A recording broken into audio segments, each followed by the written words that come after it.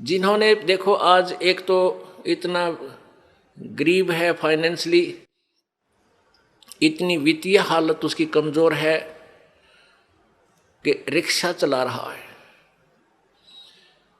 एक ऐसा है मजदूरी कर रहा है, एक रिक्शा चला रहा है, एक उसके अंदर विराजमान है, बैठा है, दोनों ही मनुष्य। तो पुण्यात्माओं, एक गाड़ी चला रहा है ड्राइवर, एक मालिक उसमें बैठा है और गाड़ी भी मालिक की है।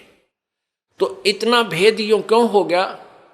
क्योंकि पिछले जन्म जन्मांतरों की जैसी भी जिनकी भक्ति शक्ति है, जितना भी जिन्होंने पुण्य किया हुआ है, वो आज आपको ज्यों का त्यों दे रखा है।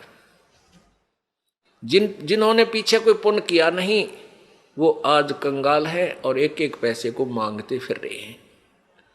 अब कोई नहीं सुना है, अब देते को हर देत है। जिन्होंने दान किया उनके ठाट ठाट कर रखे हैं।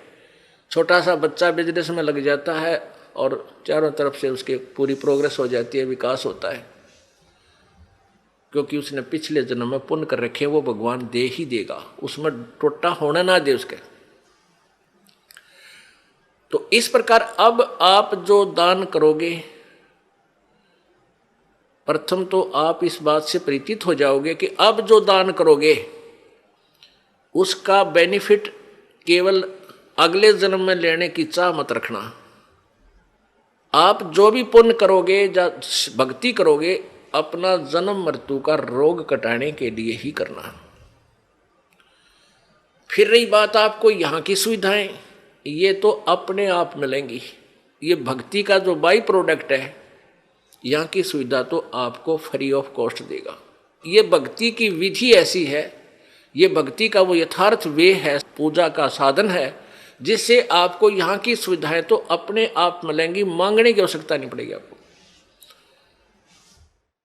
जैसे गेहूं बीज दिया किसान ने, अब किसान का प्रथम उद्देश्य है कि भाई गेहूं हो, मेरा बालक मेरा परिवार भूखा ना मरे, हम जीवित रहें, अन्न को खाएं।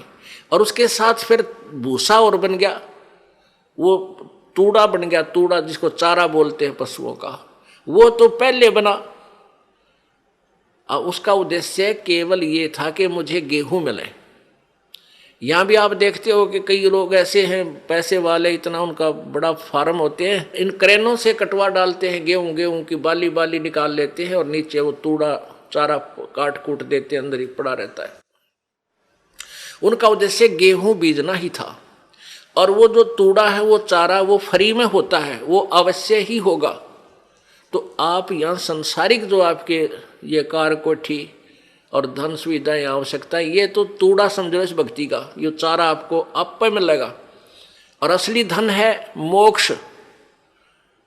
जो बाली है वो गेहूं समझो मोक्ष है। हमारा उद्देश्य मोक्ष प्राप्ति रहना चाहिए, ना कि वो चारा ही प्राप्त करना।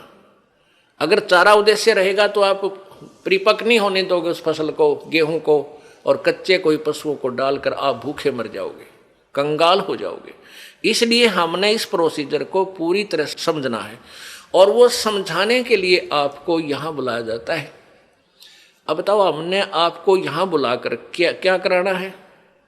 कोई काम नहीं, कोई सेवा नहीं। सेवा तो हम आपको तैयार करें पावा सारी, बच्चे लग रहे हैं यहाँ, पुण्यात्मा जिनको पता लग रहा है कि ये सब अपने भाई हैं, सतलोक के वासी हैं। अब ये भूल भटक गए, यहाँ काल के जाल में फंसे हुए हैं, और इनकी जितनी हम सेवा करेंगे, ये मालिक के बच्चे हैं, परमात्मा लाभ देगा सेवा करने वालों को। और आपकी फिर यहाँ ऑपरेशन होगा मोतियाबिंद का। तुम कहाँ फंसे हुए हो, क्या करना था, यहाँ आए किस लिए थे, तुम कर क्या रहे हो? कोटि जन्म तन भर मत होगे, कुछ ना हाथ लग्या रे, कुकर शुकर खरबा बोरे, कौआ हंस बुगारे। करोड़ों जन्म हो गए तो आप जी ने यही कर्म करते हैं ना, अभी तक कुछ भी पल्ला ना पड़ा। आज कोई फैक्ट्री मालिक है, मृत्यु हो जा, कल गधा बन गया, ओ तेरे की। फिर कभी मनुष्य जीवन मिला, फिर कोई पुण्य किया, फिर मनुष्य जीवन मिला, जब वो उसको फैक्ट्री मालिक बना देगा, और फिर मृत्यु। इस जन्म मृत्यु के रूपी रोग से मुक्त होने के लिए आप जी ने इस ज्ञान को समझकर इस भक्ति मार्ग को उसी उद्देश्य से ग्रहण करना चाहिए जो इसका मूल उद्देश्य है। देते को हर देत है जहां तहां से आन, ना दिया वो मांगते फिर यो साहेब सुने नहीं कान।